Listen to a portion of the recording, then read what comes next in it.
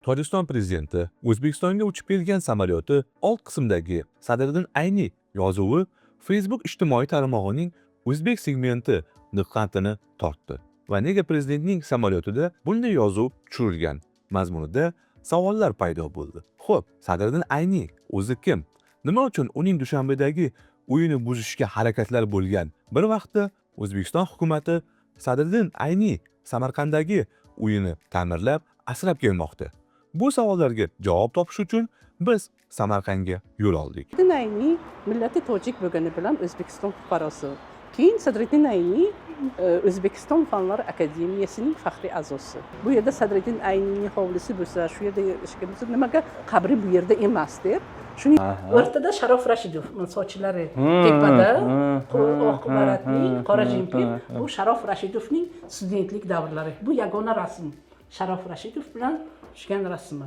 Nechinchi yil? Buxoro Olimxon farmoni bilan orqalariga 75 darra, charmli darra bilan urib, u kishini o'sha yerdagi zindonda, arakning ichida zindon bor, o'sha zindon. Tojik va o'zbek aloqalari o'z tarixida eng zo'r davrlarida.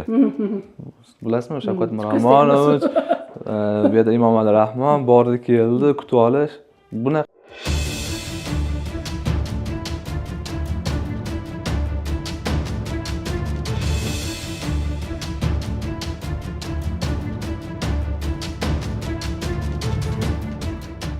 Har bir samolyotga mamlakatning qahramonlari sharafiga ularning nomi berilgan. Ularning soni 6 nafar bo'lib, Bobojon G'ofurov, Mirzo Tursunzoda, Shiranshoh Shotemur, Sadriddin Ayni, Nusratullo Maqsum va hozirgi kundagi Tojikiston prezidenti Emomali Rahmon. Sadriddin Ayni 1878-yil, 1954-yil adoqli adib, jamoat arbobi va olim, tarixchi va adabiyotshunos, Tojikiston qahramoni buyuk xizmatlari uchun O'zbekiston ordenining sohibi. Xush kelibsizlar yozuvchi Sadriddin Ayni muzeylariga. Mana shu hovlida tojik va o'zbek adabiyotimizning yangi davr asoschisi Sadriddin Ayni yillar davomida yashab, o'zining o'lmas asarlarini shu hovlida yozgan. Negaki u kishi 40 yoshigacha shoir bo'lgan. 40 yoshidan keyin men Samarqandda yashagan paytlarida o'sha eski maktab, Odina, Buxoro jallodlari, yatim, Doxunda, qullar va esdaliklar kitoblarini shu hovlida yozgan. Endi bu bilan men nima demoqchiman? Sadriddin Ayni 40 yoshigacha agar shoir bo'lib, turli boshqa taxalluslar bilan she'rlar ijod etgan bo'lsa, 1896-yilda Qizil gul deb nomlangan she'rlarida Ayni degan taxallusni qo'yib, bundan keyingi yozgan u kishining asarlari Ayni taxallusi bilan jahonda mashhur. Hozirgi paytda yozuvchimizning kitoblari faqat O'rta Osiyoda emas, tojik, o'zbek, rus tilida emas, balki ko'p chet tillarda ham tarjima qilingan. Bu nemis tili deymiz, inglizmi, fransuzmi, polshami va hindumi, boshqa tillarda ham Sadriddin Aynining kitoblari tarjima qilingan. Shuning uchun bo'lsa kerak, mana yildan oxirgi paytlarda bizlarning tomoshabinlarimiz ko'payapti. Yevropadan, Amerikadan, Kanada nimalardan shu Aynining ixtiloslari kimki agar u kishini qo'ysanki adabiyot nimasiga nima bo'lsa-yu, u kishining asarlarini o'qigan bo'lsa, albatta kelib mana shu u kishining yashagan hovlilarini ziyorat qilishyapti. Yaqinda mana Kanadadan Sadriddin Aynining Qullar romanini ingliz tilida o'qigan insonlar, buyuk barcha olim shoirlar kelib, bir guruh shu kanadalik olimlar kelib mana shu muzeyimizni ziyorat qilib ketishdi. Keyin mana shu muzeyni ko'rgandan keyin ularni ishtiyoqi yana Tojikistonda ham qani endi u kishining qabrlarini borib ziyorat qilamiz. Yana Tojikistonda ham oxirgi 3 yilda doimiy o'zini oilasi bilan yashagan hovlilari ham muzey bo'lgan. Mana shu hovlini ham muzeyni ham ziyorat qilishamiz deb ketishdi. Muzeyimiz nima? Bu Do'stlik muzeyi deymiz.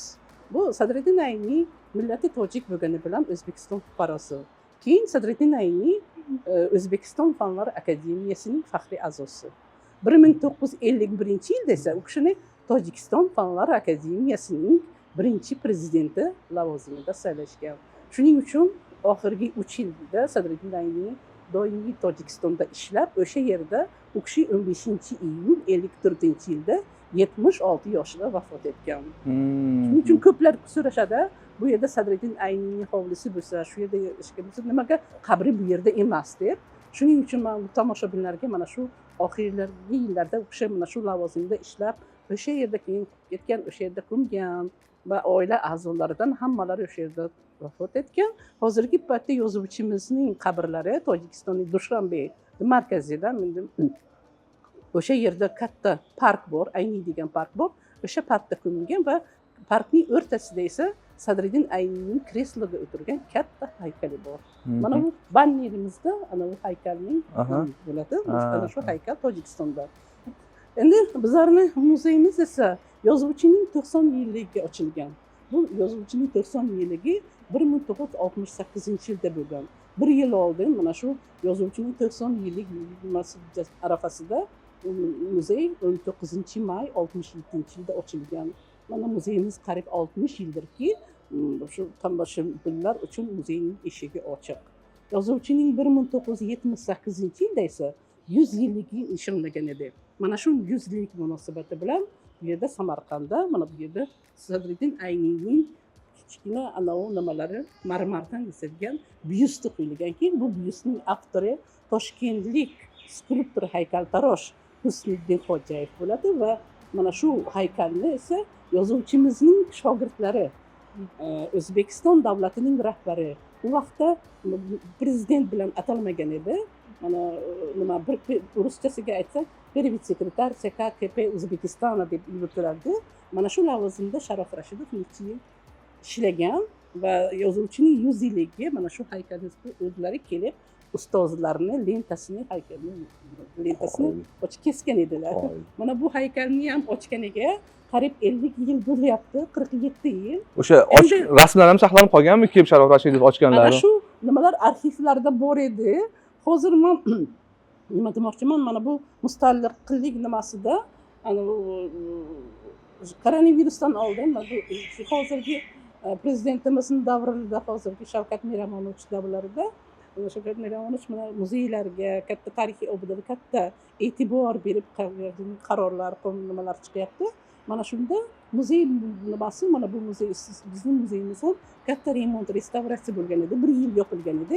O'sha paytda bilmadim, endi nimasi bilan o'sha paketdagi nimalar qaysidir arxivda nimadan papkalarda edi. Sharof Rashidovning muzeyiga kelayotgan lentasi bor edi. Hozirgi paytda biz mana shuni nimasiga ishlayapmiz. Mana shu yangi mana shu birinchi marotaba va ikkinchi marotaba. Endi birinchi marotaba muzeyning 67-yilda ochilgan bo'lsa, ikkinchi marotaba ham endi yana Sharof Rashidov davrida 78-yilda ochilgan bo'lsa, remont restavratsiyadan keyin katta restavratsiya. Mana shu rasmlarni ko'p izlayapmiz. Hozir yangi ana shu nimamiz planimizda bor. Yangi bitta ekspozitsiya qilamiz. Muzeyning birinchi ochilishi va muzeyning ikkinchi ochilishi. Hozirgi mana sizlar bilan ko'radigan sizlar hali bir yozuvchimizning 150 yilligiga qatnashasizlar. Xudo xolasa. Endi Sadriddin Ayniyning oilasi haqida, nechta farzand, turmush o'rtog'i haqida ham bir ma'lumot berib o'tsangiz.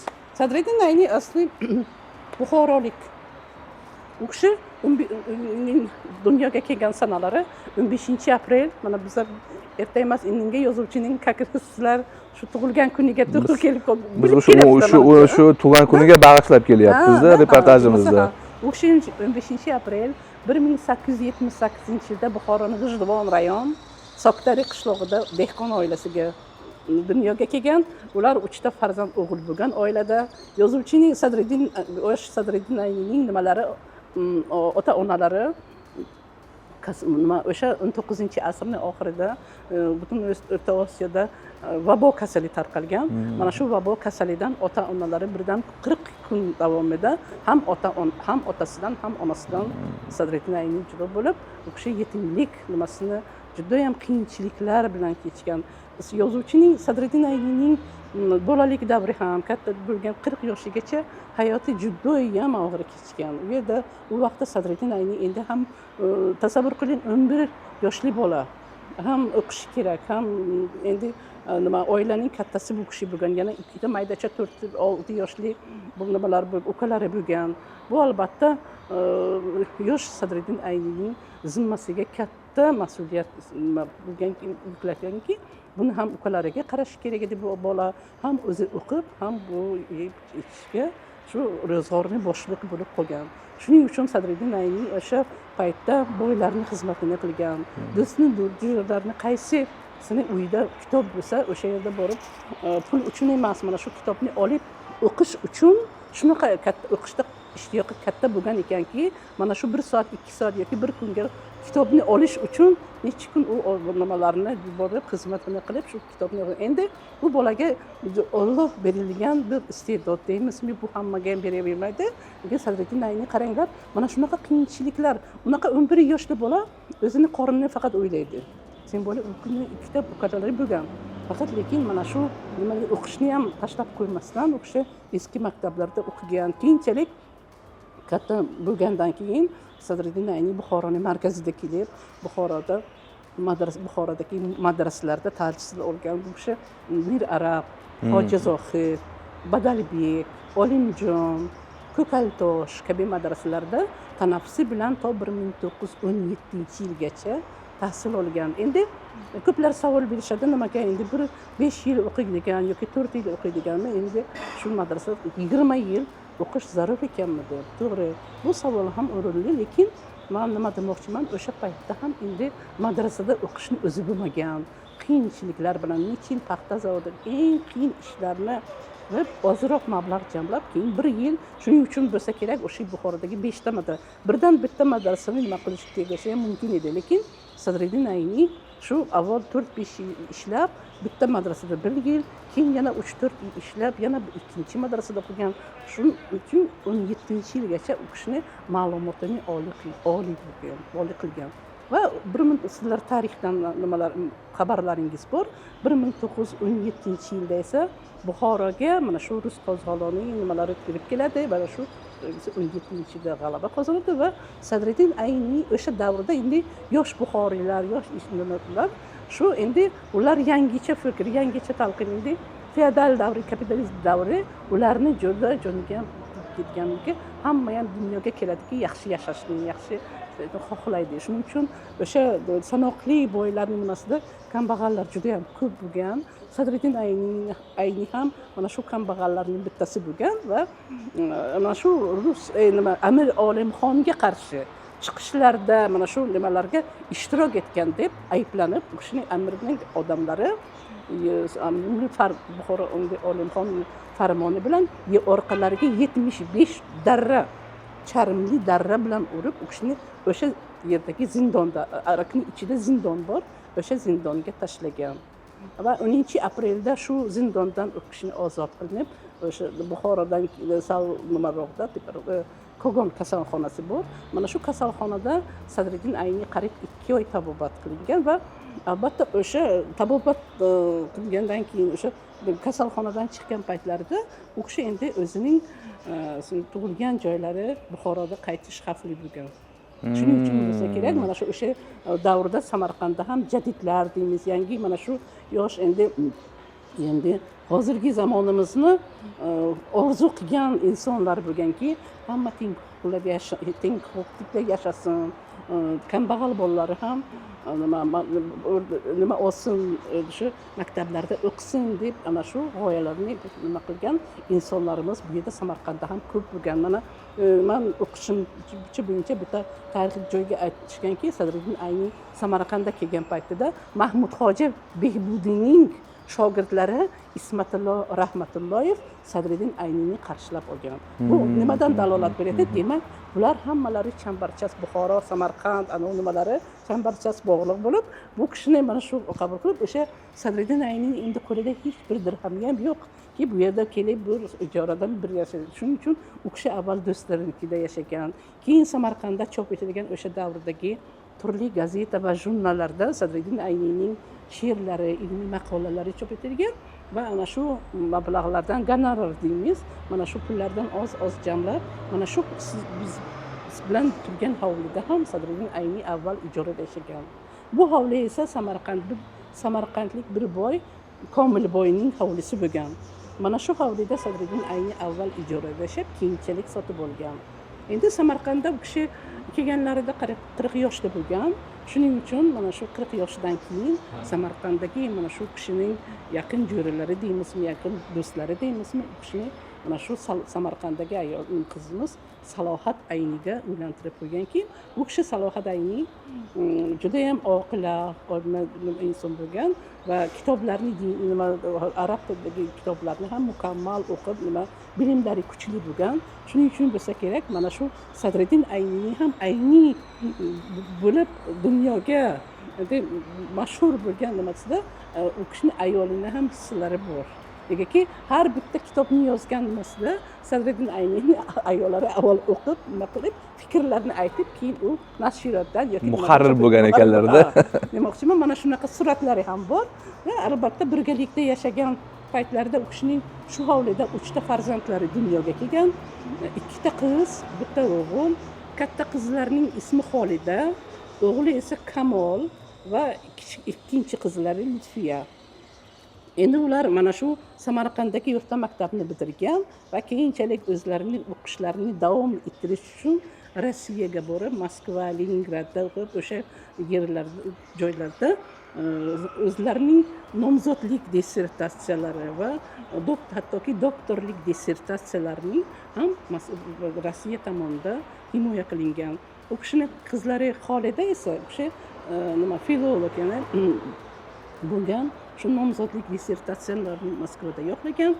O'g'illari Kamol Ayni esa sharqshunos olim bo'lgan. U kishi ham nomzodlik, ham doktorlik dissertatsiyasini Moskvada yo'qlagan va ikkinchi qizlari Lutfiya Ayni esa u kishi san'atshunos olima.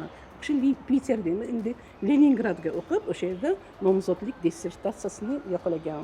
Endi oila a'zolaridan mana yana Sadriddin Ayni tirikligidayoq hali mashhur kompozitor O'zbekistonimizni kompozitor Muxtor Ashrafiy bilan quda bo'lgan.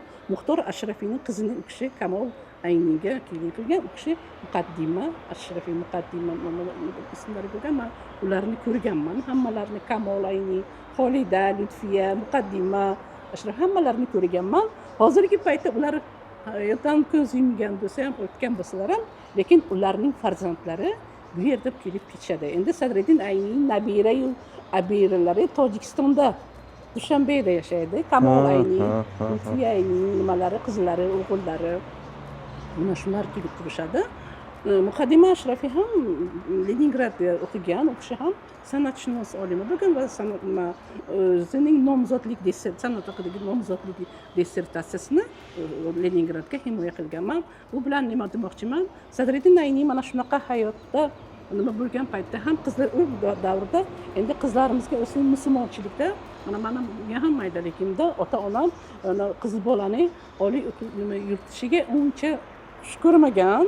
Lekin qarangda, mana shunaqa hayotdagi nimalarda qaramasdan, endi qarama-qarshilik nimalar bo'lishadi-ku. Endi ko'plar nima qilishadiki, qiz bola o'qishi shart emas, qiz bolani Alloh faqat oila uchun yaratgan, bola chaqani qatnab shu erining nimasiga turib, shu oilasini ushlab turish uchun qiz bolani yaratgan deb aytishadi. Lekin bu da albatta Sadriddin Ayni yo'q, aksincha o'zining qizlarini o'qitgan, negaki qiz bola o'qisa ham oilasiga, ham jamiyatga foydali bo'ladi deb mana shu qizlarni ham shunaqa hayotning o'sha davrdagi odamlarning gap nimalariga qaramasdan o'qitib, yana bu yerda emas, bu Rossiya o'sha davda qiz bolalarni endi u vaqtda buncha katta nima bo'lgan, lekin mana shu deyishadiki, keyin kitoblarda ham yozgan ekan Sadriddin Ayni shu o'qiyotgan studentlik endi bolalarning davrida qizlariga ko'proq pul bergan ekan, oilasiga kamroq endi qiz bolani yo'qchilik buzadi, endi o'g'il bolani to'qchilik deb mana shu nimani shior qilib olgan ekanlar. Shuning uchun men bu bilan nima demoqchiman? Bu kishi Sadriddin Aynining oxirgi yillarda kotibalari bo'lgan Qurbonoy Ubaydullayeva. Bu kishi mashhur O'zbekiston xonandasi Muhriddin Xoliqovning onalari bo'lgan. Namanganlik Muhriddin Xoliqovning onalari. Samama hozir mashinkani u kishi yozgan kitobchani ko'rsataman sizlarga. Mana shu kishi yozgan Sadriddin Ayni haqida. Endi ustozim Sadriddin Ayni mana shu qizi bola bo'lgan, u kishi Samarqanddagi gazeta kotibi bo'lgan va Sadriddin Ayni bu kishini qanday topgan? Sadriddin Aynining shogirdi Rahim Hoshim o'sha paytda endi redaksiyaga bular maqolalar, kitoblar, nimalar, she'rlar chop etilib, o'sha redaksiyadan topib bu kishiga olib kelib 5 yil mana shu ikkinchi yozuvchining ijodxonasida o'sha qiz bola endi Qurbonay Ubaydullayeva 5 yil yozuvchining mashinkada kitoblarini chop qilgan. O'sha Sadriddin Ayni dikta qilgan. Bu kishi Sadriddin Ayni mashinkada ham kirilchaga yoza olmagan.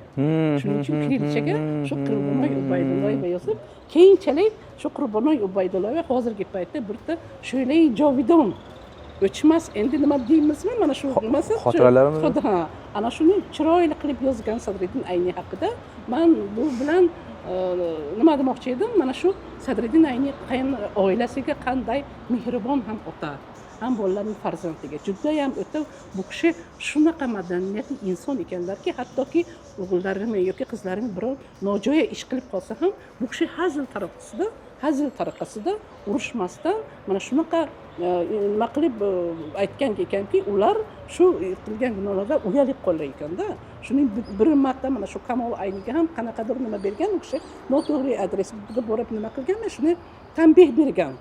Sadriddin Ayni endi shu vaqtda shu kotibalarini oldiga Qurbonay Ubaydullayeva endi turgan. Keyin shunaqa chiroyli qilib o'sha ham yozganki, mana Domla Ayni qanday madaniyatli, o'ta madaniyatli, hattoki oilasida ham endi ba'zilar bo'ladi-ku, bolalari nima qilsa, urushsa, nima qilsa qattiqroq nima qiladi, otalari endi tanbeh beradi. Lekin mana shunaqa juda o'ta madaniyatli ekanligini u kishi kitoblariga qayd qilib yozgan. Demak, Sadriddin Ayni nafaqat nimada, balki oilasida ham mehribon ota, faqat ilmiy ishlar, kitob yozish bilan emas, balki o'zining farzandlarining ham tarbiyasiga juda katta e'tibor bergan buyuk inson. Shuning uchun bo'lsa kerak, hamma oila a'zolari ilmli, bilimli bo'lgan va hozirgi paytda u kishining farzandlari ham hammalari o'tgan. Tojikistonda qabrlari, Luchop degan qabriston bor ekan, o'sha yerda ko'mgan ekan va yozuvchining nabira-yu abirilari ular Tojikistonda yashayapti, kelib turishadi. Bilasizmi, gapingizni bo'ldim. Bundan bir salkam 6 oylar oldin men internet nashrlarida o'qib qoldim. Tojikistondagi Sadriddin Ayni uyini buzishmoqchi bo'lgan. Xabaringiz bo'ldimi, yo'qmi? Shov-shuv bo'lib ketdi. Keyin o'sha yerdagi mahalliy o'sha ulamolar, endi mahalliy o'sha endi insonlar bunga qarshi turishdi. Kerak emas. Boshqatdan muzey qilib beramiz yangitdan dedi. Yo'q dedi. Bizga o'sha eski uy kerak dedi. Lekin mana biz hozir O'zbekistonda o'zining asl holatdagi uyini ham ko'ryapmiz-da. Buni asrash kerak lekin. Buni bilamizmi? Mana shunaqa gap bo'lgan paytda bular endi buzib juda ham nima qilmoqchi bo'lmagan. Lekin men bilaman, mana shu 5-6 yildan beri bu yerda endi men shu Muzaffarxonim kadrlar bo'limida ham necha yil yashab, lekin men muzey tizimida qariyb 2 yil, 50 yildan beri shu muzey tizimida, lekin 25 yillik mehnat faoliyatim shu muzey qo'riqxonadagi kadrlar bo'limi boshlig'i vazifasida ishlagan edim. Shuning uchun mana koronavirus davrida endi yoshi kattalar ko'chaga chiqmasin, bunaqa mening uyim shu yerda yaqin. Shu nimada, shuning uchun men bu yerda o'tib nimada xodim lavozimiga o'tdim va bu yerda hech men afsuslanmayman, lekin meni birinchi ishlagan ishim joyim ham shu yerda bo'lgan edi. Shuning uchun men bu yerda ishlayotganimdan juda ham xursandman, faxrlanaman, negaki bu yerda ham Tojikiston, ham O'zbekiston, ham turli davlatdagi me'morlarni har kuni ko'rib, ular bilan suhbat qilish menga nasib qilyapti. Allohga behisob shukr deyman. Lekin mana Tojikistondan kelayotgan katta delegatsiyalar deymizmi, katta mehmonlarni ko'plarini men o'zim shu yerda qabul qilganman. Tojik tilida juda ham yaxshi, endi o'zimni maqtanishim emas, endi tojik tilida o'shalarga nimasiga savol javoblariga ham shu to'g'ri javob berib, shu ekskursiyalar o'tamiz, keyin shular aytishadiki, ko'zlariga yosh oladiki, Sadriddin Aynining shu O'zbekiston fuqarosi bo'lgani bilan ham Tojikistonning nimasiga alohida respublika berishiga, tojik millatini borib nima qilishiga katta mehnatlari bor deb ko'zlariga yosh olishadi. Bu bilan juda ham faxrlanaman, negaki mana shunaqa buyuk inson bor ekanki, mana shu tojik millati ham mana keyinroq mana avval 24-yilda O'zbekiston alohida respublika e'lon qilib deb nima qilgan bo'lsa, keyinchalik mana 5 yildan keyin Tojikiston 29-yilda alohida bo'lib respublika e'lon qilingan. Mana shu e'lon qilingan nimasida, mana shu davr davomida Sadriddin Aynining xizmatlari tojik xalqi uchun Tojikistonni respublika alohida bo'lish uchun katta xizmatlari bor ekan. Bu gaplar meniki emas, bu hammasi me'morlarning gaplari. Bu tarixda ham nimalarda ham hamma o'zini nimasini topgan. Shuning uchun men nima demoqchiman, bu demak Sadriddin Ayni ikkita millatni tojik va o'zbek aslida bunday olib qarasangiz bu bitta millat desak ham xato bo'lmaydi. Negaki Allohga behisob shukr payg'ambarimiz Muhammad sallallohu alayhi vasallam bitta Qur'on kitobi, urf-odatlarimiz, to'y ma'rakalarimiz keyin hech qaysi millatda yo'qki xudoandachilik. Xudoandachilik albatta tojik millatining o'zbek turmushga chiqqan yoki aksincha o'zbek millati tojiklarga tushgan hammasi aralash. Shuning uchun bo'lsa kerak bu eng ana shu yaqin nimalar millat keyin ko'p so'zlar ham hattoki tojikchaga ham o'zbekchaga ham tarjima qilinmaydi. Bu qaysi nimasidan keyin ba'zida muammo bo'lib qoladi. Maktab, endi maktab bu ham tojikchaga ham o'zbekchaga ham maktab. Ruschasiga shkola bo'lsa agar, lekin tojik endi men nima demoqchiman, nimani yaqinligi. Shuning uchun bo'lsa kerak, mana bizlar millat tojik millati o'zbek bilan yashasa yoki bir aksincha bu nima bo'lsa kerak, tez bir-birini tushunib biladi. Hattoki bir so'zlardan faqat shuni biladiki nimaki, shuning uchun bo'lsa kerak tez o'rganib ketadi. O o'zbek bo'lsa tojikka aylanib qoladi yoki o'zbek bo'lsa tojikka aksincha. Shuning uchun bu muzeyimiz do'stlik muzeyi mana ikkita millatni birlashtirib turuvchi tojik va o'zbek millatini birlashtirib. Rahmat Nazira. Muzey nima bo'ladi? Nimalar bor endi ichkarida? Ichkarida bu muzeyimizda 8 ta xonalar iborat, 8 ta xonalardan iborat. Bir tomoni 4 ta xonalar esa tarixiy uylar bo'lib, bu 19-asrning arxitekturasi. Men hozirgina sizga aytdim, bu nima Komilboyning hovlisi deb. Mana bunaqa naqshin kataloglar, devordagi naqshlar uylarda ko'ramiz bir ijodxona bilan, birinchi ijodxona dahlizi bilan va katta mehmonxona dahlizi bilan. Ikkinchi muzeyimizni tomonida esa bu yerda yana 4 ta xona. Bu katta zal, bu yerda yotoqxonalari dahlizi bilan va ikkinchi ijodxonaki bu hovlida Sadriddin Ayni yillar davomida yashab ijod etgan nimalarda shu kitoblarni shu hovlida yozgan. Rasmga olsa bo'ladimi yo mumkin emasmi? Mumkin. Buyuk insonlar bilan tojikmi, o'zbekmi, rusmi, hatto Chexoslovakiyaning jurnalisti deymiz, yozuvchisi deymiz, Yulius Fuchik ham shu yerda bo'lgan, Nikolay Tixonovning boshqa. Mana men o'zim hozir ungacha Sadriddin Ayni O'zbekiston Fanlar akademiyasining faxriy a'zosi bo'lgan deb aytdim. Bu kishining nima do'stlari, G'afur G'ulom deymizmi, Oybekmi, Abdulla Qahormi, bular eng u kishining yaqin do'stlari bular. Hattoki mana shu nimalarda tez kelib turishib, bu kishi bilan maslahatlashib, mana shu kishining kitoblarini chiqarishmasida, mana bu shu O'zbekistondagi mana shu Fanlar akademiyasidagi turli majlislar deymizmi, nima hammasiga Sadriddin Ayni borib qatnashgan va ular bilan yaqin do'st bir oiladek yashagan. Shuning uchun bo'lsa kerak Sadriddin Ayni oxirgi yillarda 51-yilgacha Samarqand davlat universitetiga ishlagan paytlarida 2 tilda dars bergan. Sadriddin Ayni faqat endi nimada emas, yozishda emas, ba'zilar borki, yozishda ko'proq muammoli nima bo'ladi-yu, gapirishga uncha nima bo'lmasa ham chiroyli jumlalar tuzib yoziladi yoki baraks aksincha bo'ladi yoki yaxshi gapiradi-yu, o'sha fikrni qog'ozga tushira olmaydi. Lekin Sadriddin Ayniga Alloh ikkita nimani ham bergan. Shu ham Sadriddin Ayni gapirishga o'zbek tilida, ham ana kitob yozishga hech qanaqa qilib yoki mana bu jumlalar yoki nimalar to'g'ri nima qilib, nima xatosini yodlab u kishini o'zgartirmagan. Shuning uchun bizlar hozirgi paytda Sadriddin Aynining tojik adabiyotining asoschisi va o'zbek adabiyotiga katta hissa qo'shgan buyuk yozuvchi deymiz. Lekin nima qo'rqmasdan bizlar ham tojik va ham o'zbek adabiyotimizning yangi davr asoschisi deb atasak bu xato bo'lmaydi.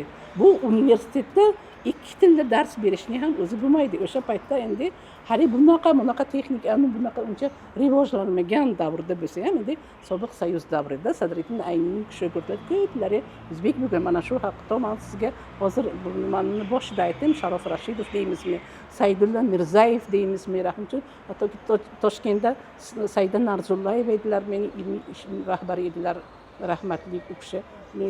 Aynining shogirdi bo'lgan, professorlik, doktorlik dissertatsiyasini Ayni mavzusida yoqlagan. shularning ko'plari mana Ayniyning vafotidan keyin turli nimadagi yuqori lavozimlarda ishlagan va Sadriddin Ayniyning o'quvgina ko'p shogirdlari endi dunyodan o'tgan bo'lsa ham hozirgi paytda ham ko'plari endi Ayniyning asarlarini o'qib Ayniy nimasidagi mavzuga qo'l urib nima ilmiy ishlar qilayotgan bo'lsa albatta ular Sadriddin Ayniyning shogirdi deb bilaman. Negaki bunaqa insonni endi nima deymiz ana diplom ishimi yoki nomzodlikmi doktorlik desada demak bu kishini nimalari shunaqa kuchli nimalar ekanki mana shu turli mavzudagi mana bitta sizning aspirantimiz kelgan edi bu Ayniyning nimasi asarlarida erkak kishining roli deb ish qilayotgan ekan.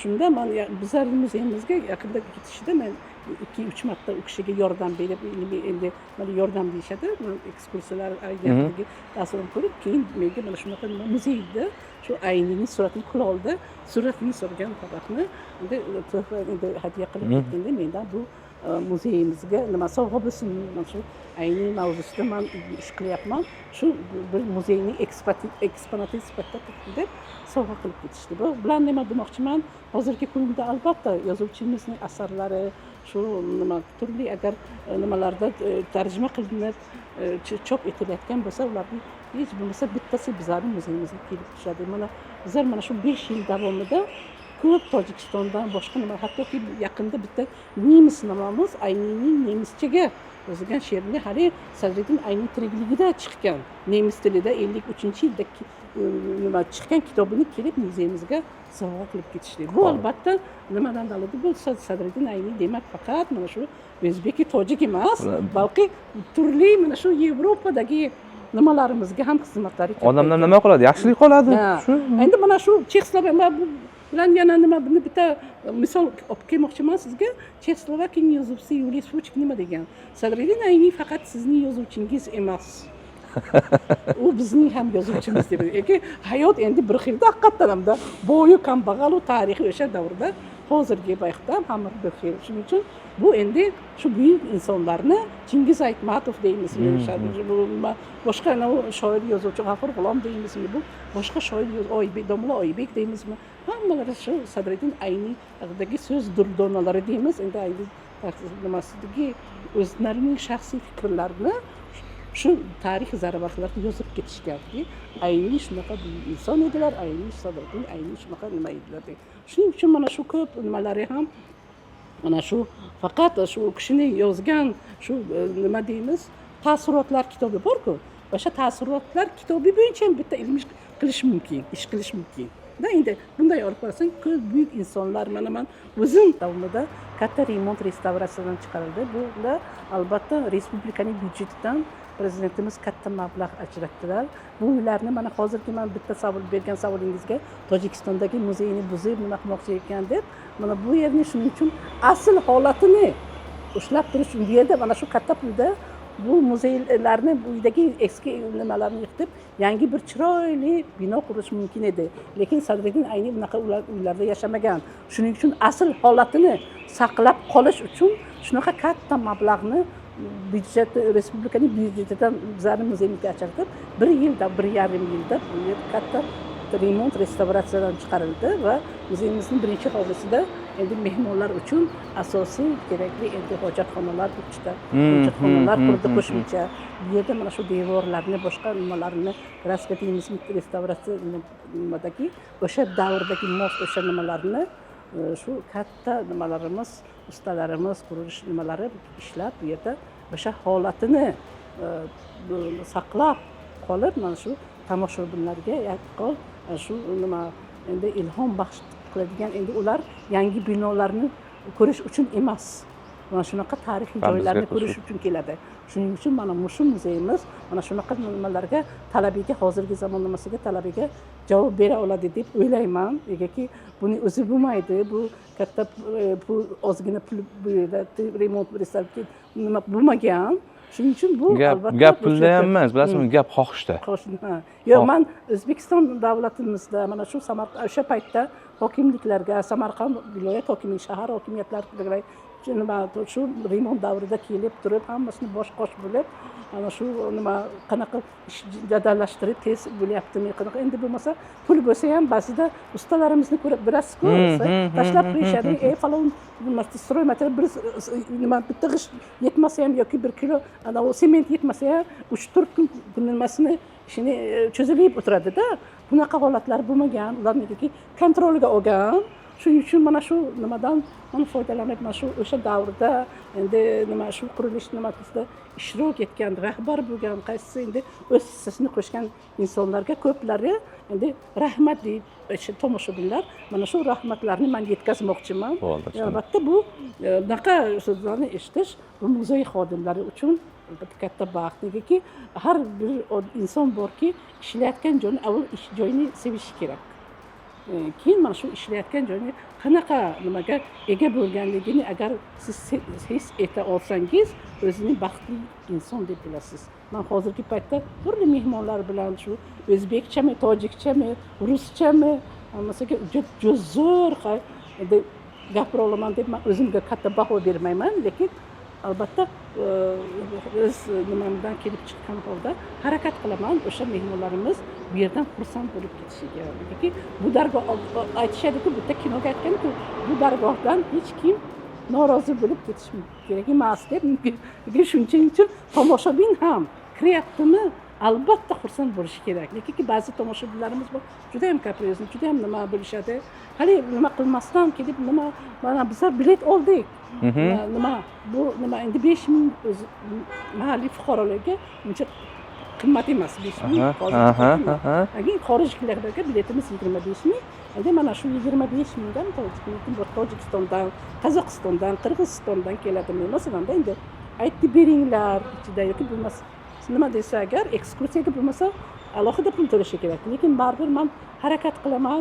O'sha demak pulini berib shu yerga kiryaptimi bu inson endi shu yerga aynida bu muzeyga hurmati bor ekan deb mana shuni hech bo'lmasa ko'p shunaqa ekskursiya o'tolmasam ham shu chiroyli lo'ndaqni aytib beramanki, shu yerdan shu bergan puliga rozi bo'lib shu muzeyga kirganidan pushaymon, vaqtini ketkazganidan pushaymon bo'lmasin, bir narsani olib ketsin deb. Hatto bolalarga bu yerga men ko'p maktab bolalarini olib kelsa agar ochiq dars deymiz, ta'lim tarbiya haqida nimalarda ko'p muallimlari bizlardan juda ham xursand bo'lishadi. Sizlarga yaxshi mana bu yerda neki bizlarga sharoit bor, ana tarixiy obidalardek gavjum emas joyimiz. O'zingiz ko'ryapsiz, nima juda ham mana shu rus nima Rossiyadan kelgan nimalarga shunaqa ekskursiya o'tsam mazza qilishadi. Ular hattoki yandek nimalari bor, o'sha yerga yozishadi, mana shunaqa muzey bor ekan, boringlar, bunaqa deb. Nima bu yerda bu nimadan bizlarni tomoshabinlarimiz ko'payadi. Bizlar ham endi kuni bilan bu yerga o'tirsak, hech kim kelmasa, hech kim bilan bu вообще kelmasangiz ham zerikarli bo'ladi demoqchiman. Bu yerda muzey qachon muzey bilan nima bo'ladiki, qachonki tomoshabin ko'p bo'lsa. Gap pulda emas, haqiqatan bu yerda pul ishlashga emas, lekin mana shu ayni nimasini targ'ibot, tashviqot qilish uchun bu yerda albatta insonlar kelsa agar, mehmonlar kelsa agar bu yerda chiroyli kutib olib, chiroyligina hech bo'lmasa 4 ta nima bilan yaxshi so'zlar bilan shu ayni haqida ozgina kichkina bo'lsa ham ma'lumot berish kerak. Rahmat. Insonimiz endi hamma joyga bitta etiketni ko'rib, bular o'z tasavvuriga ega bo'lmaydi. Hay bu yerda ha ayoli bor ekan, lekin mana bu rasmda Rahim Hoshim bilan bor ekan deb chiqib ketishaveradi. Lekin buni nimasida bizlar agar aytib bersak u boshqacha. Keyin ko'plari mana bizlarga audio gidlar bor 4 tilda. O'zbek, tojik, rus va ingliz tilida. Mukammal. Shunaqa bu internetdan shu skachat qilib olib, bu yerdan shu muzey haqida ma'lumot bor, chotki. Lekin ular ko'plari живой gid deyishadi. O'shalar bilan qoniqmaydi. Tomoshabinni men ko'pisini o'zim nimada ekskursiya o'taman, bizlarga живой gid, chunki mana shu savol javob, endi audio gid bilan savol javob qila olmaysiz-ku. Endi живой gid bo'lsa agar bizlarga savol javob qilib, bizlar endi shu endi aynining nimasi bo'lsa kerak edi, adabiyot ixlosmandlari deymizmi ularni-da, shu ko'proq bilishni xohlaydi. Bizlarga bajonidil bizlar javob beramiz. Rahmat. Birma-bir ko'rib chiqamiz. Bu yerda Sadriddin Ayni ijodxonalarida kim necha marotaba mehmonlarni Tak, bu yerda ochamiz. Bismillahirrohmanirrohim.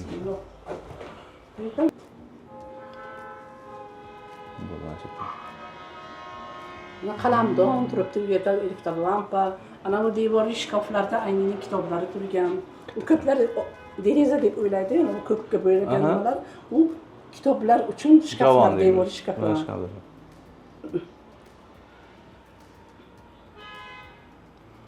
Bittasi Pushkinni haykali, bittasi Navoiy. Rudakiyning portreti, Navoiyni haykali ekan. Azor.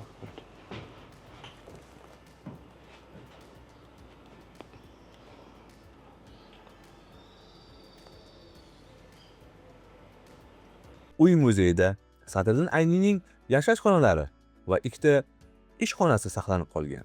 Odina, eski maktab, qullar, yatim, Mukanna qo'zg'oloni kabi asarlarini aynan shu xonadonda yozgan va unga tojik va o'zbek adibalari orasida shuhrat keltirgan. Uy muzeyida Sovet va Sovet davridan oldingi buyumlar, mebel va buyumlarni, yozuvchining shaxsiy buyumlarini, stolini ko'rishingiz mumkin.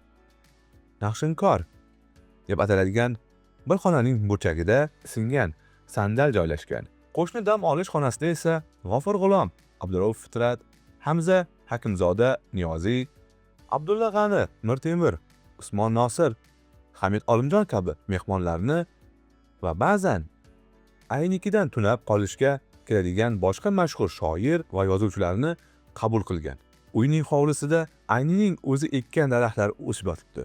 Ular orasida ikkita olma daraxti yozuvchining sevimli mevasi hisoblanadi va shaftoli va uzum bor. Shuningdek, uyda uning asarlari, yozuvchilarning ko'plab tillarda nashr etilgan kitoblari, o'sha davr gazeta va jurnallarda chop etilgan asl qo'lyozmalari ko'rgazmasi tashkil etilgan. Ekspozitsiyadan o'zbek tilida 8 jildlik, tojik tilida 15 jildlik, rus tilida 6 jildlik, shuningdek fors va boshqa tillarda bir necha jildlik kitoblari o'rin olgan. Uzoq vaqt davomida ko'chada, ya'ni Aynining uyi yonida bo'lgan Sadriddin Ayni byusti uyning hovlisida o'rnatilgan. Shuningdek, ushbu uy muzeyida madaniy tadbirlar, ijodiy uchrashuvlar o'tkazib turiladi. Mirzo Tursunzoda, Eron yozuvchisi Abul Qosim Lohutiy. U kishi necha yil Eronning Moskvadagi elchisi bo'lgan, keyin O'rta Osiyoda Samarqandda necha yil oilasi bilan yashagan. Shogirdi mana bu kishi Rahim Hoshim. Birinchi rasmda esa Tojikiston nimasiga vokzalida tojik shoiri Mirzo Tursunzoda bilan ayni. Endi bu oxirgi yillar bo'lsa kerak, bu hassa bilan o'sha ko'p kasal bo'lib, hassa bilan yurgan ikkita hassalar ham bizning muzeyimizga saqlanadi. Bu yerda ayollari Salohat Ayni. Yana bilasizmi, o'z holatini yana qilayotganim, uyquchatlar ham o'sha eski.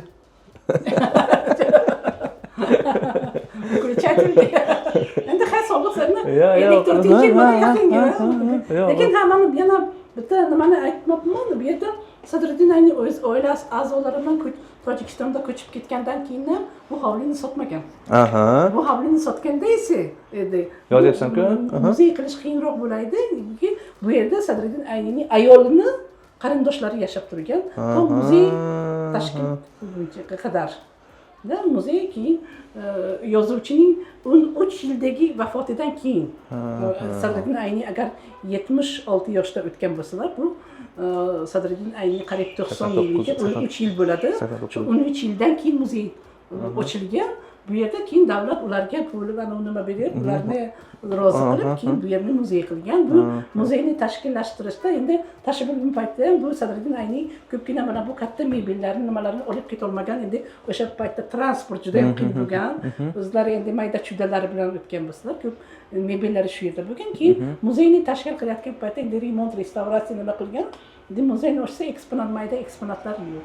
Keyin ularni u kishini farzandlari Kamol, Xolida kelib ular nima so'rashgan, sizga qanaqa bizlarni yordamimiz kerak.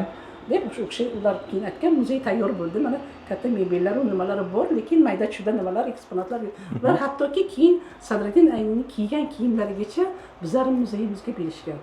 Ular ham birinchidan samarqandlik, ikkinchidan asosiy Sadriddin Ayniyning ayni qilib jahonda tanitgan asarlari shu yerda yozilgan. Endi o'sha davrdagi Sadriddin Ayniyning mashhurlik shu qilgan nimalari ijodining eng yuqori chiqqanlarda chiqqan paytining nimalari shu yerda o'tgan.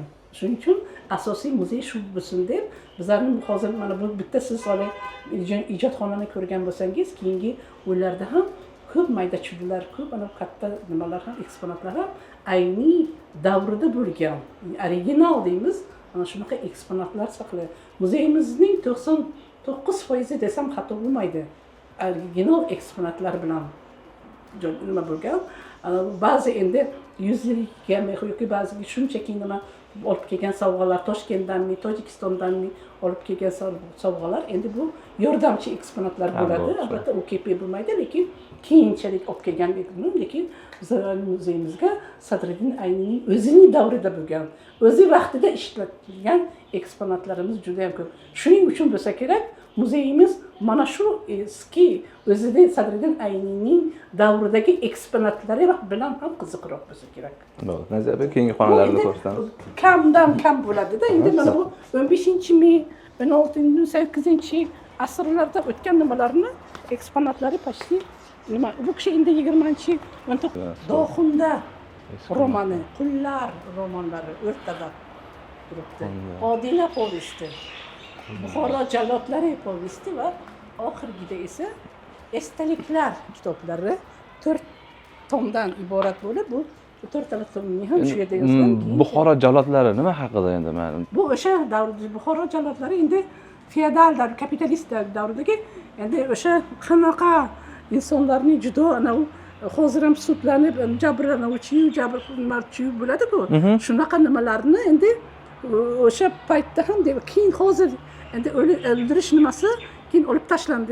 O'lim jazosi yo'q bizda, yo'q o'lim jazosi. O'sha paytda jallodlar endi birdan endi judo endi hammani emas-u, bitta yarimta o'ta judo jinoyat ish qilgan nimalarni shunaqa Buxoro jallodlari shunaqa jallod haqida. Qo'lga ana shu nima sanjar, xanjarmi bilan shunaqa nima Buxoro ana shularni Sadriddin Ayniy ko'rib, eshitib o'sha tarixiy dedim-ku kitoblari. Mana shularni yozgan. Shu voqea hodisalari juda ham nima bir-biriga juda ham nima bu hattoki odamning ko'ziga yosh keladi. Mana bu Odina povesti masalan o'sha tarixiy bo'lib, bunda bitta yosh o'sha endi feodal tizimidan yangi davrda uyg'onish davridagi nimalarki Gulbibiyu Odina, bu Odina degan bola shu nima shu povest kitobni nimasi asarning qahramoni. Keyin Doxunda ham shunaqa, Doxunda Gulnor bu Gulbibi shunaqa. Endi o'sha voqea bu ham ishqiy, ham tarixiy hammasi bir chambarchas bog'liq bo'ladi. Xuddi qulchilik endi qullar davrini o'tgan kunlar asariga o'xshar ekanda. Ha, o'tgan kunlar asariga o'xshagan. Mana bu yerda qulchilik davrini endi qulchilik davrini endi siz ham bilasiz, bu juda qiyin nima bo'lgan. Bitta ota-onasi qul bo'lsa, demak uni bolasi ham, nevarasi hammasi qul bo'lib o'tgan. Shuning uchun mana shuni juda ham chiroyli qullar romanini yozgan. Bu roman epopeya, mana shunaqa katta kitob.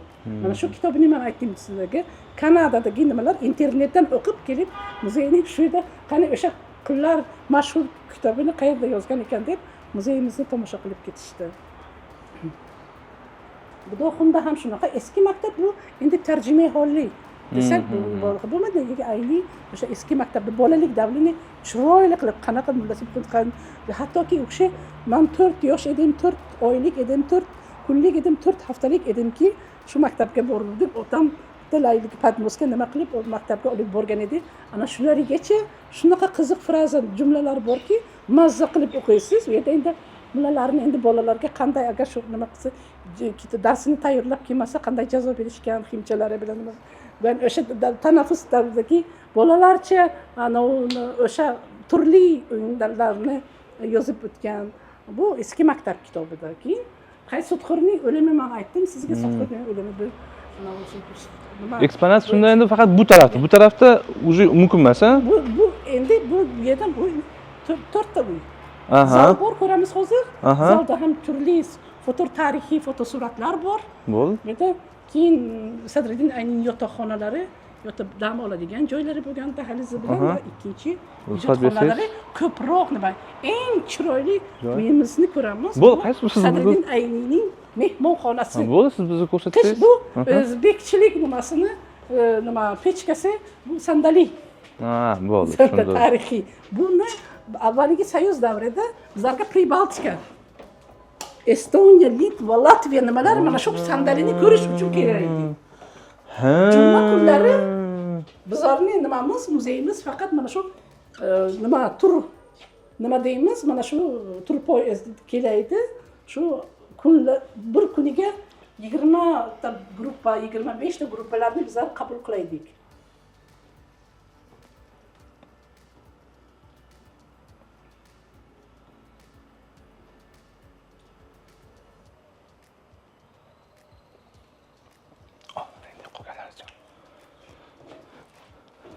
Yozuvchining 75 yillikka bergan tarixiy mana bu chopon deymizmi, astar yengil yaxtak deymizmi, bog'chalari mana bu tokchalarda nima ikkita nimada katta taxmon deymiz, u yerda ko'rpa to'shaklari, nimalari. Bu sandalda u kishi ko'pincha qish davomida o'tirib shu yerda kitoblarni yozgan. Bunisi esa bu yozgi. Nima juda ham salqin, bu soya tomon. Bu yerda mehmonlarni o'zini oilasi bilan o'tirib choy ichgan. Bolalar darslarni alohida asosan mana shu yerda stol bo'sh paytida yozib, kitobni o'qib shu yerda. Bunaqa uylar katta bo'lgan. Bunaqa uylar bizning bobolarimiz uylarida bor. Biz Forishda Sintob degan qishlog'imiz bor. Eski uylar shunaqa. Pataloqlarni mana bu ichkaridagi pataloqlar ayniqsa juda ham har bitta tomoshabinni o'ziga jalb qiladi. Mana bu ko'ngilak bor reportaj deb vasa juftligimiz, qarang vasa bularning cho'plarni qanday chiroyli tergan. Bu endi san'at asari bu. San'at asari. San'at asari. Bu muzey madaniyat, san'at hammasi bilan chambarchas bog'liq o'zi. Eshiklar o'sha. Eshiklarni ha. Ikkalamiz ham Murodimizga aytdi. Murodjon ismingiz birdan gapirib yubordi. Eshiklarimiz esa bu tarixiy uymakorlik eshiklar. O'sha davrning eshigiga qaranglar, bu yerda hech qanaqa oshiq nimalar mana cho'pni shida tashlab mana shu nimalarni o'tkazgan. Qarang, bu pastligisi kechalari mana buni yopib, derazadagi eshiklarni yopib, uyni isitish uchun mana bu sandalni bir tomonni ko'tarib, u olovni nimasi shu uyga nima bo'lgan, qish davomida mana shu yerda oilasi bilan yashagan. Endi yotgan mana shu nimada, shuning uchun ikkita mana bu nimalar, taxmonlar, ko'rpa to'shaklar uchun. Bo'yagan sariq nimada bo'yagan uni. Men mana buni ko'rdim. Uymakor bu qo'l nimasi, qarang. Mahin juda ham nima. Hozir bir. Ey zulm ko'rganlar, ey asirlar, bizga ozodlik vaqti yetib keldi. Suyunchi biringiz ey kambag'allar, dunyoda shodlik tongga otdi. Chiqamiz.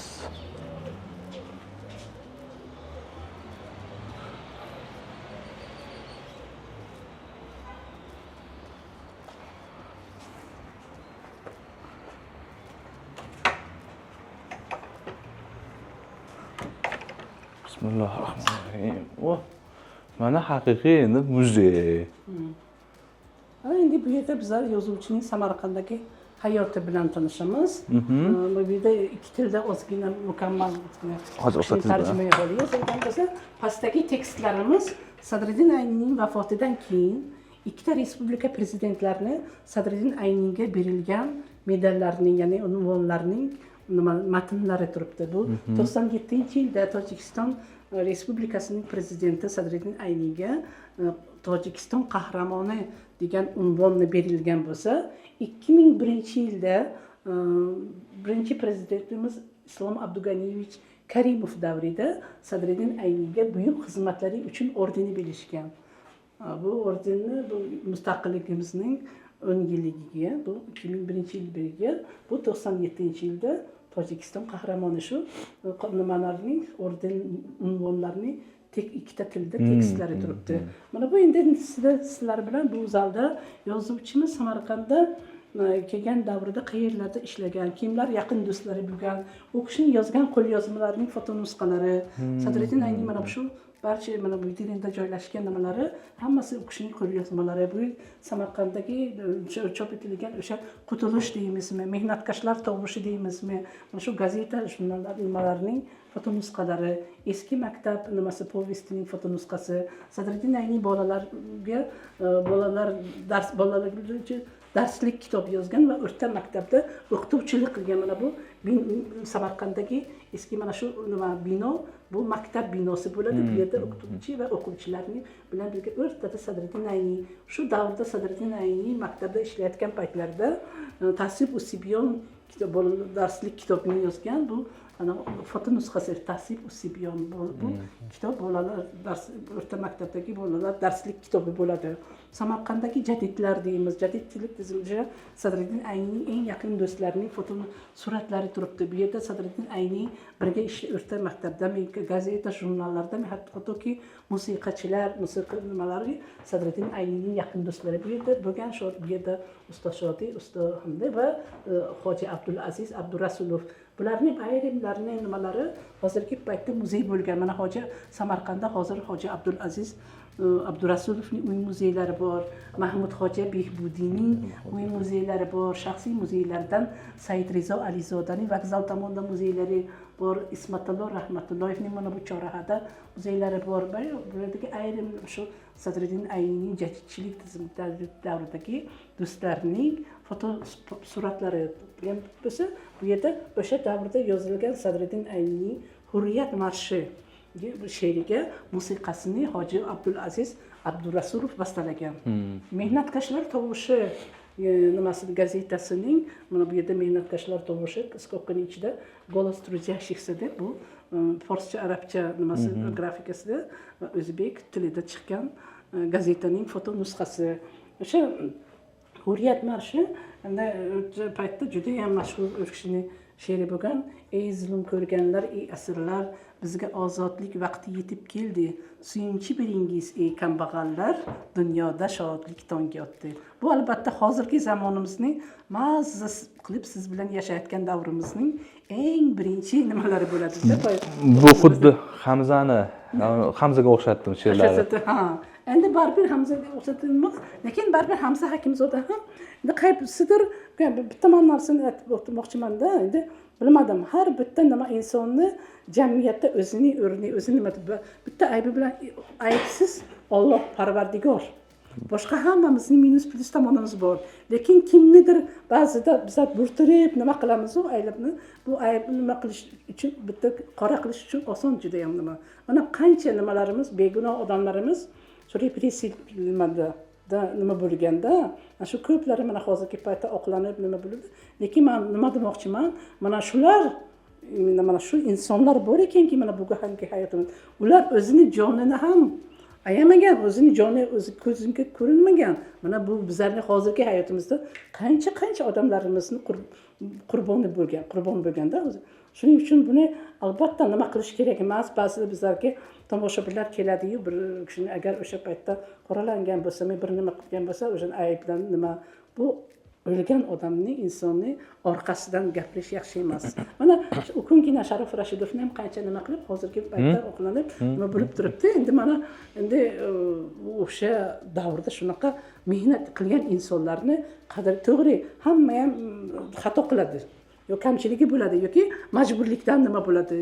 Bu undan insonning o'zidan kelib chiqqan odat, demak bu shu xalq dushmani ekan, bu shuni ichida shunaqa qora nimasi bor ekan deb buni ayblash o'sha davrning nimasida o'zingizni qo'yib bir ko'ring-da endi-da.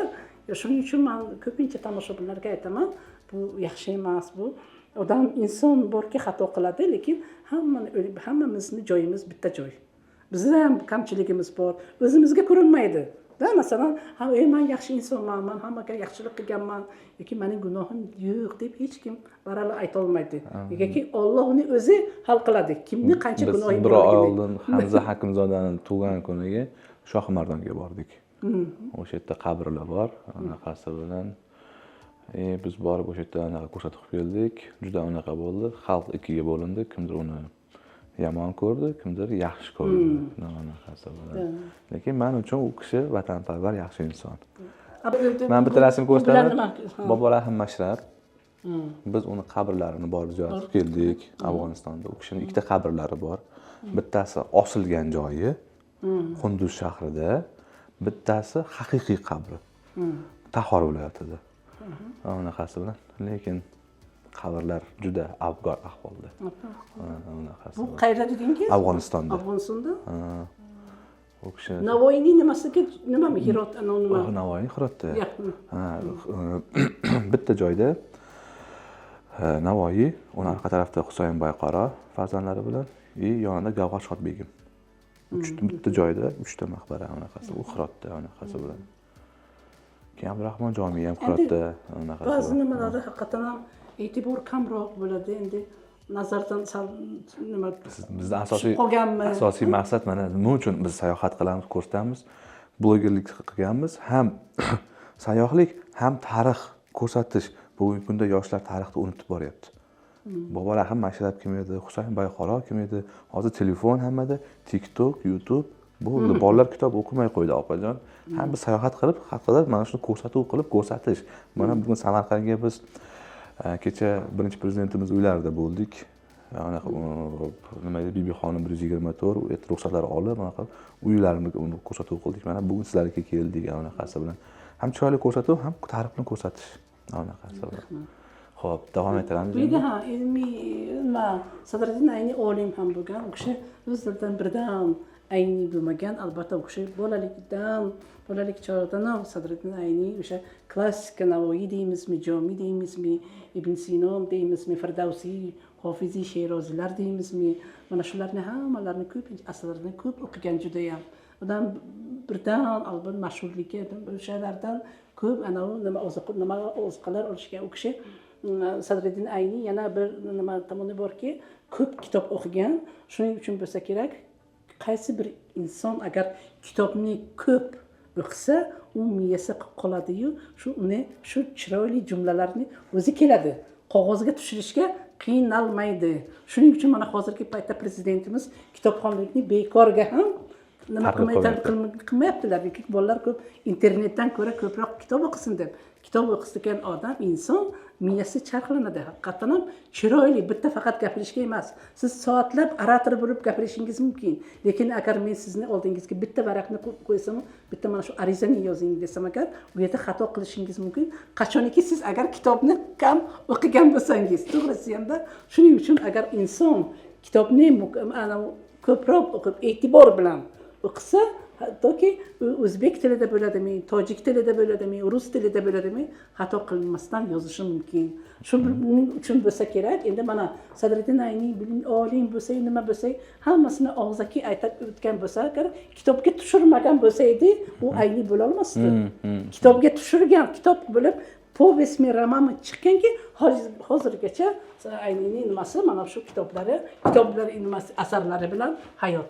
Bu yerda mana men sizga aytdim boshida O'zbekiston Fanlar Akademiyasining faxriy a'zosi deb.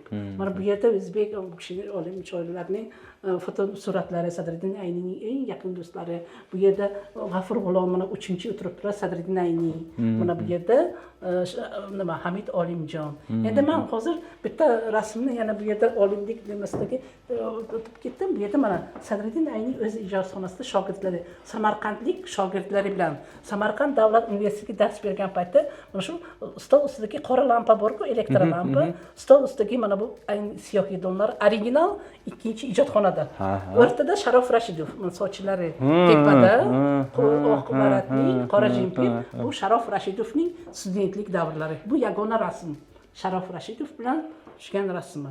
Nechinchi yillar taxminan deb o'ylaysiz? Bu menimcha 50-chi nimada 40 nechidan keyin to 50-yillargacha. O'sha 51dan o'sha u yerda Tojikistonda ketgan bu suratlar shu Sharof Rashidovning studentlik davridan bitta yagona eksponat nima bo'ladi? Fotosurat. Qo'y. Rahmat. Bu yerda shu mashhur o'zbek nimalarni fotosuratlari Domla nima Oybek, Menda G'afur G'ulom, Abdulla Qahhor, Hamid Olimjonlar mana Sadriddin Ayni o'z ijodxonasida, ikkinchi ijodxonada katta mana buni o'zi charmli divanni ko'ramiz, qora divan. Mana shu divanda o'tirib kitob o'qiyotgan paytlari fotosuratlari. Nikolay Tixonov, akademik Pavlovskiy 49-yilda Sadriddin Ayni o'z doktorlik dissertatsiyasini Moskva shahrida yoqlagan. Mana bu nima hujjat?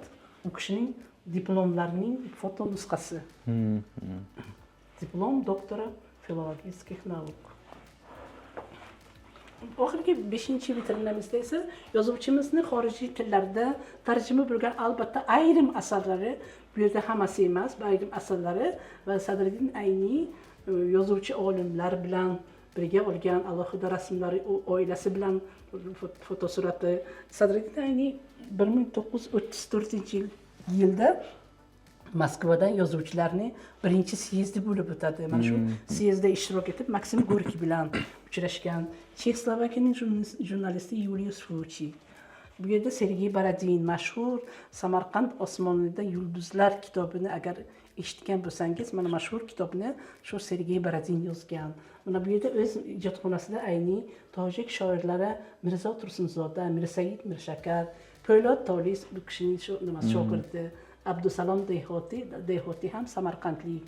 Mana bu yerda Sadriddin Ayni ikkita fotosuratda o'z oila a'zosi bilan. Mana bu surat esa hovlida, mana bu nimani yotoqxonaning orqasida hovlida. Mana bu pishig'ishlar, mana bu deraza daraxtlari bilan ayoli va ikki farzandlari. Bu yerda ham shu 37-yilda Sadriddin Ayni Sochida dam olgan. Bu Sochida dam olgan. Ana shu kiyimlari e'tibor beringlar. Oq qalaminka deymizmi, nimami? Mana bu kiyimlari, mana bu nima qora, ana to'q nima yashil kiyimlarning hammasi shu yotoqxonaning shkafida saqlanyapti. Bu yerda shkafda u kishining shaxsiy o'zlari kiygan kiyimlari, poyafzalari, qoraxo'l shapkalari, mana oq nimadalari kiygan, Sochida kiygan oq nimalari, kalaminka kostyumi bilan nimasi va sherstnoy deymiz, junli nima yozgi va qishki kiygan kiyimlari. Bundan tashqari yotoqxonada endi sal nimaroq bu endi harakat qilingan shunda. Ha, endi bu yerda современный deymiz, hozirgi zamonga sal moslashtirib nima bo'lgan. Bu eski o'sha davrdagi garnitur. Bunda shu garniturdan bitta shkofchasi bor, nima Haqiqiy mashinkasi turibdi, ikkinchi ijodxonada. Bu yerda mana bu kravat, mana bu tosh oynasi, bu ikkita tubiletkasi. Uyda oxirgi suratlarda ham bor. Sadriddin Ayni hassa bilan yurgan, u birinchi ijodxonada ko'rsatdi. Mana o'sha original o'sha hassasi. Bu devordagi shkaflar ham nima. Endi men ba'zi sizga aytdim, Toshkentdan, ana nimadan, Tojikistondan kelgan sovg'alar bor muzeyimizga deb. Muzeyning ochilishiga 67-yilda demak, mana bu Sadriddin Aynining suratini tushirgan gilamni Tojikistondan bizning muzeyimizga ochilish paytida sovg'a qilgan. Bu 67-yilda kelgan bu gilamcha. Mana qariyb 60 yildirki shu yerda turibdi. Endi yozuvchining 100 yiliga Toshkentda Alisher Navoiy adabiyot muzeyi bor, qo'lyozmalarimiz bor. Bizlar ilgari mana shu muzeyning ochilgan paytida o'sha Toshkentdagi muzeyning filiali edik. Keyin Samarqandda o'tdik 3-4-5 yildan keyin. Mana shu vaqtda Sadriddin Aynining 100 yilligini nishonlayotgan paytda, bu 78-yilda mana bu surat Sadriddin Aynining Alisher Navoiyning suratini tushirgan ikkita farfor ko'zalar, ana Alisher Navoiyning dostonidan Farhod va Shirin Kulol ko'zasini 78-yilda Toshkentning Alisher Navoiy adabiyot muzeyidan bizning muzeyimizga sovg'a qilgan. Mana bu golandskiy pechkalar deymiz. Bu endi albatta hozirgi zamonaviy pechkalar. Buning ichida pishig'ishlar, keyin pastidan agar bo'lsa, agar bu bir pechkaning isisi 2-3 kun issiqligi saqlanmagan. Shuning uchun ekonomik juda nima deymiz? Bu faqat pechkalardan bu bitta yotoqxonasiga va ikkinchi ijodxonasiga, ikkita muzeyda mana shu 4 ta xonaning nimasida ikkita mana shunaqa pechkalar qo'yilgan. Xo'p.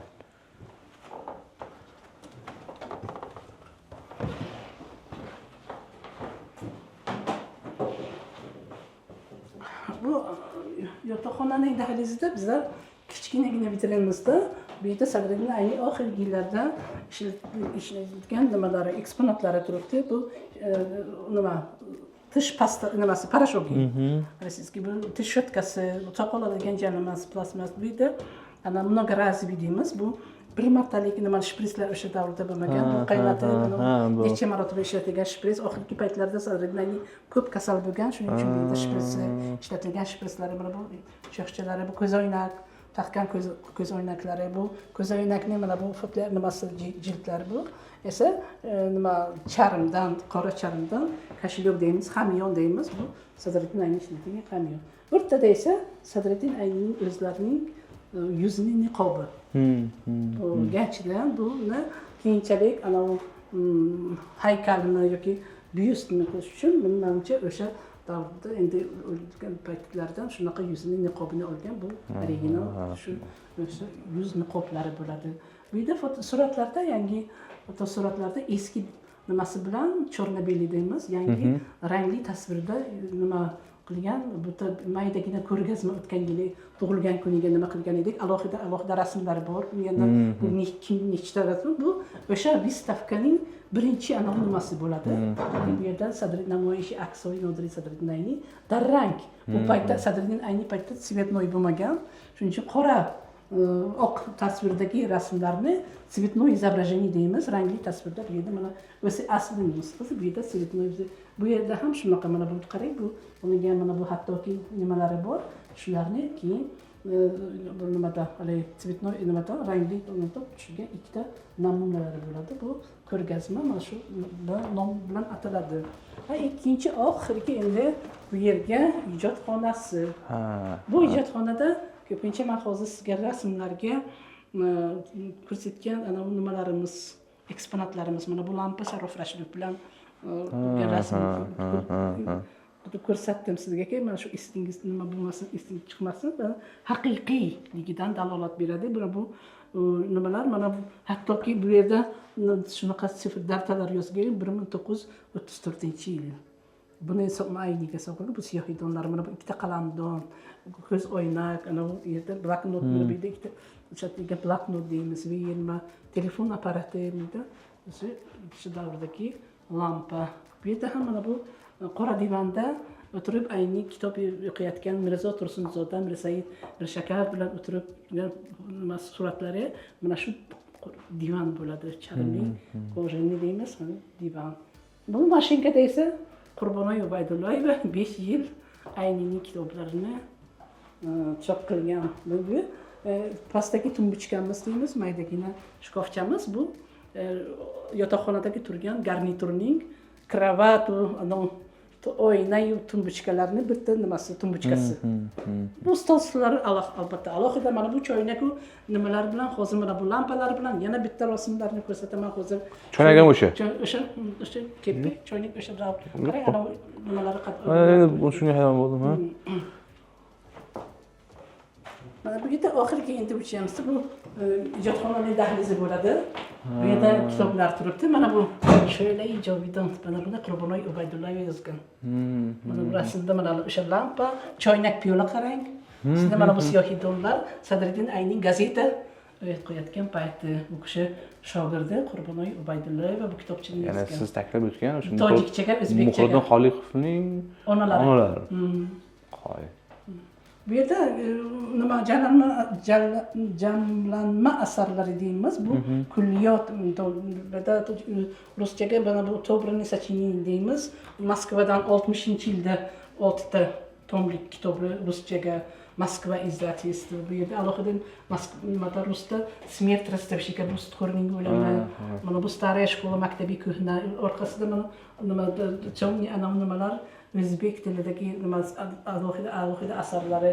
Bu kitoblar endi bolalarga, studentlarga bu nima sotish uchun va kitoblar bo'lgan. Bu yerda adabiyot muzey bo'lganligi uchun bu stendagi rasmimizda Aynining fotosuratlari va bitta yagona mana bu yerda fotosurat Sadriddin Aynining marosimi, dafni deyiladi. Bu ko'mish marosimi.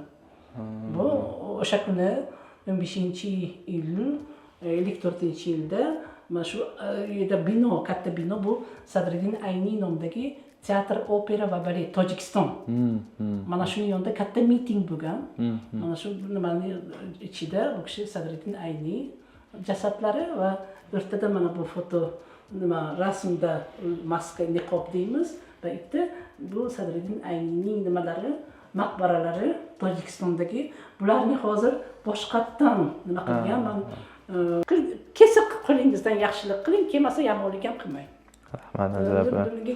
Alloh ko'ribdi, mayli biza nima tiriklik paytimizda bu nima bo'ladida, odamning ko'zi och bo'ladi, bir-birini bir ozgina nima uchun aldaymiz, yolg'on gapiramiz. Bu hammasi biza men sizni aldashi mumkin, lekin Allohni emas. Allohni o'zi ko'rib turibdi. Bir kuni siz aytmasangiz, ichingizni bilmaysiz, shu yolg'onni mening yolg'onimga ishonasiz. Lekin Alloh ko'rib turibdiki, shu uchun meni shunaqa jazolaydiki, aytadi, o'sha kun paytda sen shunaqa, lekin keyin aytamiz, "Ey, voy Alloh, men nima gunoh qilgan ekanmanki, shunaqa menga azob, jazo berdi" deyishadi. Inson shunaqa yaratilgan. Shuning uchun shu hayotda bizlar hammamiz mehmon. Necha yil kim yashaydi? 40 yoshda o'tadimi, 50 yo 80 gami, 90 gami hech kim bilmaydi. Mana bu yerga yozilganini hech kim o'qiy olmaydi. Bu Allohning nimasi hammasi bor. Shuning uchun men o'ylayman, endi bu meni shaxsiy fikrim. Hammaning ham fikri bunaqa endi bo'lishi ham mumkin, bo'lmasligi ham mumkin, lekin men aytaman faqat inson borki, xato qiladi, lekin xatosini o'z vaqtida tushunib, shu yomonlikni umuman emas, вообще umuman agar bo'lsa iloji bo'lsa qilmaslik va yaxshilikni ko'proq qilish kerakki, u dunyoda ham buni baribir hammasi bu dunyoda ham jazosi bor. Ilgari aytishar ediki, yomonlikni 40 yildan keyin nimasini ko'rasiz deb, yo'q, hozir menimcha 40 kunga bormayapti, kelyapti. Sizga kattakon rahmat. Juda bir ko'p ma'lumotlar oldik. Yo'q. Men juda ko'p ma'lumot oldim men. O'zim ishlayapti-da, ba'zida qari odamlarning kuchi nimasida bo'layotgan-u, yoshlarning oyog'ida. Yo'q. Kuchi. Ana bu shunaqa maqol bor-da endi. Shunaqa maqol bor. Biz ko'p safarda bo'lamiz, keyin men o'zim aytaman, kecha biz jurnalistlarimiz ham keluvdi, keyin odam nima qoladi? Mana shu yoshingizga yetaylik, avvalambor xotira bilan yashaydi. Farzandlar o'zi bilan bo'lib qoladi, nabiralar o'zi bilan bo'lib qoladi.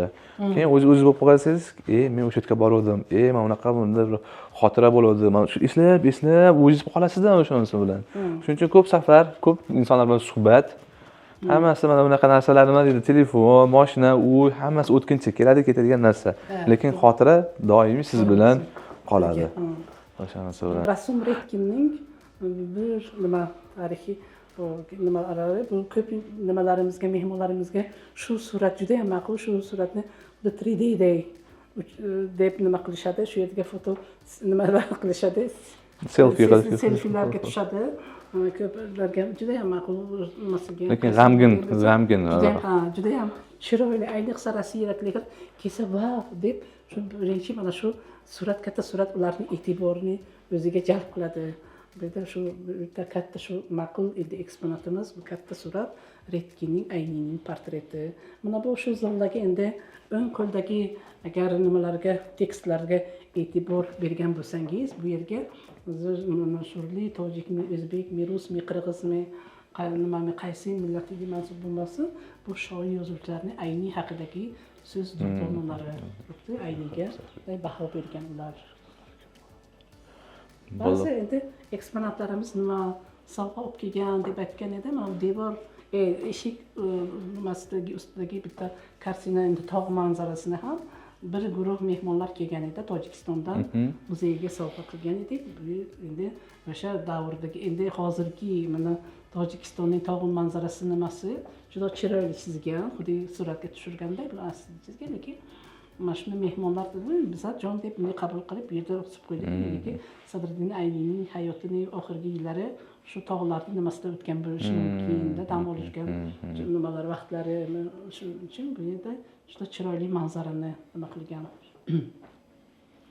Ular ham albatta remont restavratsiyasi, endi katta remont ko'plar savol berishadi, bu katta zal, katta bu nima, o'sha Ayniy davrida nima uchun qurilgan, nimaga bu qaysi nimada ishlatgan bu kishi bunaqa zalni deb ishlaydi. Bizlarga mehmondorchilik, birinchidan o'zbek tojik millatiga mehmondorchilik ko'p bo'ladi, katta nimalar ko'p bo'ladi. Keyin masalan albatta odamning nima to'y ma'rakalarida ham, o'lik marosimda bo'lmasin, endi bu hayot bor ekan, buni hech kim to'xtata olmaydi. Endi baribir bir kun kelib, bir kun ketish bor. Shuning uchun mana bu agar siz e'tibor bergan bo'lsangiz, har bir tojikmi, o'zbekmi millatining xonadoniga mana shunaqa bitta alohida zalam bo'ladi. Ki bu alohida katta bir yaxlit mehmonlarni qabul qilish uchun. Ehtimol endi qaysidir nimada u kishi men yana nima demoqchi edim, bu uylarni Sadriddin Ayni o'zi mashhur bo'lib, shu kitoblarni chop etilib, endi mashhur bo'lib bo'layotgan paytda Sadriddin Ayni bu uylarni proyektini o'zlari nima chizib bergan. Mana shunaqa uylar qurasizlar menga, mana bu kerak, mana bu bunaqa yotoqxona kerak, mana ikkinchi ijodxona siz bu bo'lsangiz kerak, birinchi muzeyning birinchi hovlisida.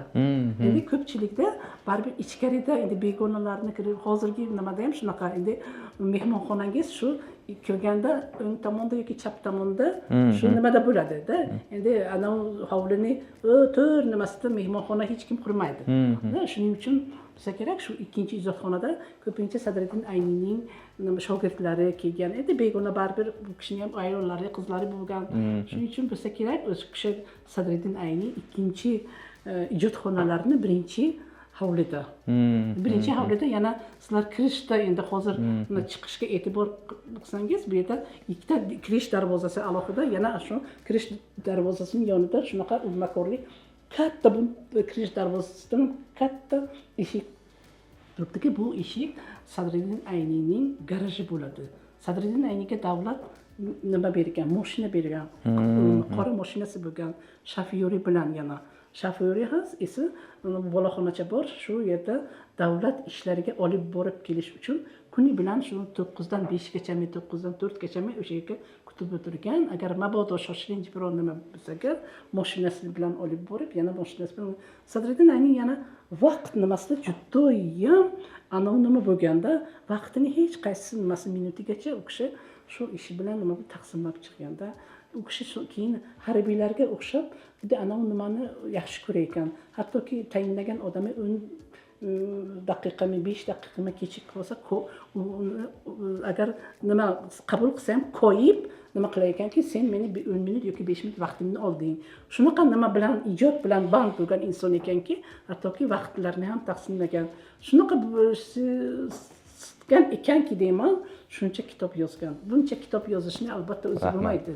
Odamlar borki, bitta tarixiy, bitta kitob yozadi, ikkita kitob yozadi, charchatadi, tashlab qo'yadi, ha bo'ldi-da, mana shu kitobim chiqdi-ku deb nima bo'ladi. Bu kishi hattoki umrining oxirigacha mana bu esdaliklarni 4ta qismini bu yerda yozgan bo'lsa Samarqandda. Yana ba'zilar aytishadiki, qo'lyozma bor 5-6 kitobida. Qo'lyozmasini ham o'sha yerda shu katta lavozimda ishlayotgan paytida ham Sadriddin Ayni kechalari ijod bilan band bo'lib o'zini nimalarni yozgan ekanda. Men nima demoqchiman? Demak, 67 yoshgacha bu endi ilm bilan band bo'lishni o'zi ko'plar endi bekorga ham mana bu pensiya deymiz, nima deymiz, bu odam, bu inson borki charchaydi, inson borki dam olish kerakda. Bu kishini shunaqa Alloh bergan nimalari juda kuchli bo'lgan ekanki, 76 yoshgacha u kishi charchamasdan ishlagan. Qo'yil qolaman. Ajoyib, bo'lmasa sizdan ona qilamiz. Bizga endi ruxsat berasiz, biz sekin qaytamiz. Sizga kattakon rahmat.